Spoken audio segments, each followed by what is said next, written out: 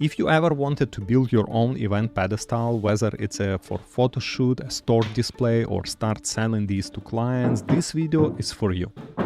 I'm building one completely from scratch, and I'm going to show you exactly how it's done. These pedestals go by a lot of names: pedestal, stage, display, cylinder, but it's all the same build. And once you learn this one technique, you can build it in literally any size or shape you need. Taller, shorter, wider, narrower, it's the same system, just different sizes and shapes. Let's get into it. I'm building two pedestals that stack like a layered cake. One 4 feet across and one 2 feet across. Both are 18 inches tall. Everything starts with a 1/2 inch birch plywood. I like birch because it's affordable, lightweight, and high quality, perfect for event decor. To cut the circles, I'm using a circle cutting jig with compact router. I drill a small pinhole at the center point, insert the jig, and it cuts perfect circle in seconds. Don't have this setup? No problem, a jigsaw works too. It won't be that precise, but once we wrap it with bendable plywood later, any imperfection disappear completely. For each pedestal I cut 2 circles, one solid and one that I cut into a ring, leaving just a few inches around the edge. That ring becomes the bottom piece, which saves weight and gives you something to grip when you carry it. Also, it's better for stability since there is less surface to stabilize. Next, I cut a bunch of rectangular support strips out of 1/2 inch plywood. These form the internal skeleton of the pedestal. I'm using a table saw, but a truck saw or even a simple circular saw jig works just as well if you don't have a table saw. For the bigger pedestal, I also cut one large support panel that goes in the dead center. Anything wider than 2 feet needs this. Otherwise, the top will flex under weight. I cut a couple of openings out of it too, just to save weight without losing strength. Quick tip here. Always cut a few extra support strips. You will use more than you think once we start assembling. And now the fun part, putting it all together. I glue and nail the center support panel into the middle of the top circle first. Then I work my way around the edge, attaching the rectangular strips evenly. Approach it kind of like spacing the spokes of a wheel. One trick that saves a lot of headache later, I always double up 2 support blocks in one spot. That's going to be where the bendable plywood wrap starts and ends, so I want extra surface there to nail it into. Once all the strips are on, I attach the bottom ring using brad nailer as well.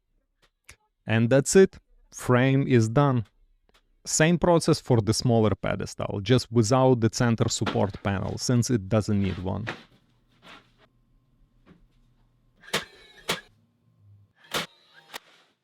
This next material I'm gonna be using is the real secret to building curved shapes. It's called bendable plywood. You won't find it at a regular hardware store. You will need to call a specialized local hardwood supplier and ask if they carry it.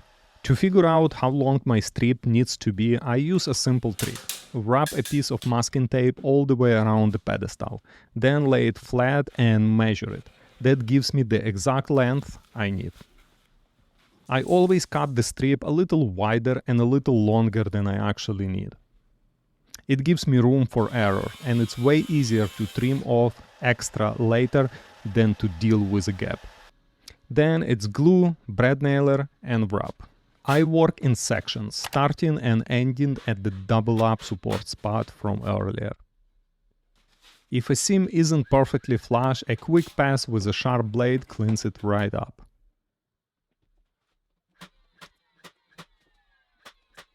Same process for both pedestals. Doesn't matter the size, the technique is identical. And by the way, if you want to actually start building these for clients and turn it into income, check out my event decor courses for beginners that walk you through each step in a lot more detail. Link in the description.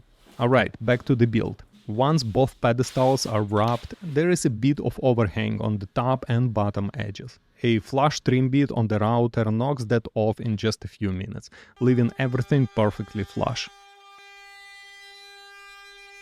From there, it's time for wood filler and sandpaper. I use fast dry and spackling for small nail holes and heavier patching compound for the seams in the bendable plywood. Once that's dry, I sand everything down, starting coarse, finishing fine, until the whole surface feels smooth and seamless. It looks a little rough mid-process, but trust me, after paint, you would never know there was ever a seam there at all. Last step, paint. I'm using white interior flat paint here, because these are headed to my wife's photography studio, and flat finishes looks great on camera. For events, you could go semi-gloss or even full gloss for more shine. 2 coats of paint. Give 2 coats of paint, always, no matter what the can says about 1 coat coverage guaranteed. I sand lightly between coats for smoother finish.